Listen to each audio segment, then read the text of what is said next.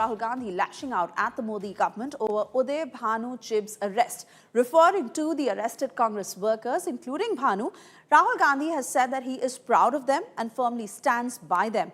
He also reiterated his compromised Prime Minister attack, saying that the arrest of Congress workers is proof of dictatorial tendencies and cowardice. Meanwhile, Delhi police presented Bhanu in a Delhi court and sought his custody. Sources said that he was taken into custody after being grilled for nearly 20 hours. He has been booked on charges of criminal conspiracy, voluntarily causing hurt to a public servant, obstructing a public servant on duty, and willful disobedience. The Indian Youth Congress chief is the 8th person to be arrested in this case. Sources further said that Bhanu was involved in planning the protests and will be confronted with other accused who are already in custody. Union Minister Giriraj Singh, on the other hand, targeted Rahul Gandhi, called him mentally ill and said that the leader of opposition might come to the Lok Sabha in his underwear next. जी कुछ कहना चाहेंगे इस arresting पर? भानु जी कुछ कहेंगे sir? कुछ कहिए। Police लेकर के गिरफ्तार किया है फिलहाल। मैं इसको कंडेम करता हूँ और नौजवान लोग एक प्रोटेस्ट किए हैं तो हमेशा प्रोटेस्ट करने के बाद कहीं दूर ले जाके छोड़ देते हैं, कहीं वहीं छोड़ देते हैं, कहीं बॉन्ड लेके छोड़ देते हैं। लेकिन ये लोग कांग्रेस को निशाना बना के कांग्रेस में डर पैदा करने के लिए ये लोग काम कर रहे हैं। तो कांग्रेस डरने वाली नहीं है और कांग्रेस डरपोक नहीं है। मोदी साहब खुद डरपोक है, अपने छाँव से भी वो डरते हैं। और दूसरी चीज़, डर के वो पार्लियामेंट में भी आकर अपने आप को, अपने पॉलिसीज़ को डिफेंड नहीं करते। Your Youth Congress, All India Youth Congress, had protested in the AI Summit. You had also said that it was in the right spirit. And now the Youth Congress chief of Congress Party has been picked up and arrested. See, protesting is everybody's right. How, when, where can be, things at the hindsight can always be done better. Having said that, nothing is illegal, right? So during the Commonwealth Games, when there were 56 countries participating in New Delhi, one of the ministers, cabinet ministers from the BJP, I think it was Mr. Gadkari, who led the protest when 56 countries there. That was not a national shame. And dollar falling against rupee, strengthening against rupee is not a national shame. Mr. Trump calling out saying that I can destroy the politics of Mr. Narendra Modi in public is not national shame. Unemployment is not national shame. India-US trade deal is not national shame.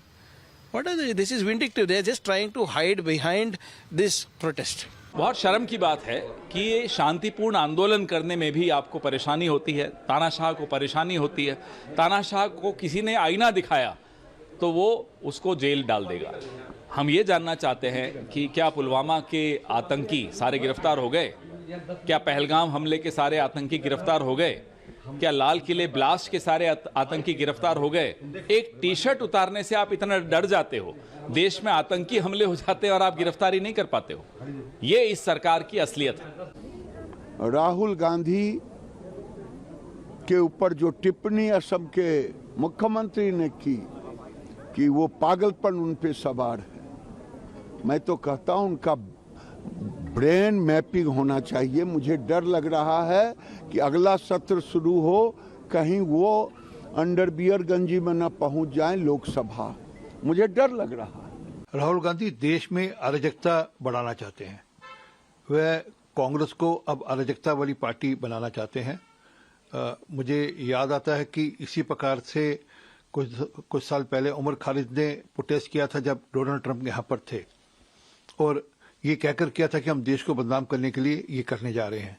इसी प्रकार राहुल गांधी ने अब अपने गुंडों को भेजकर, जब 20 देशों के राष्ट्राध्यक्ष यहाँ पर थे तब ये हरकत करी।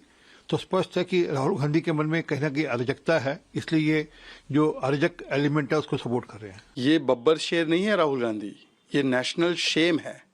और आपका जो shirtless, topless, shameless, characterless act था, उसके तो समर्थन में अब मार्गरेट आलवा जी भी नहीं बोल पा रही है, कांग्रेस के नेता नहीं बोल पा रहे, कांग्रेस के अलायंस पार्टनर नहीं बोल पा रहे। समाजवादी पार्टी हो गई, टीएमसी, उद्धव सेना, डीएमके, कोई भी समर्थन नहीं कर रहा।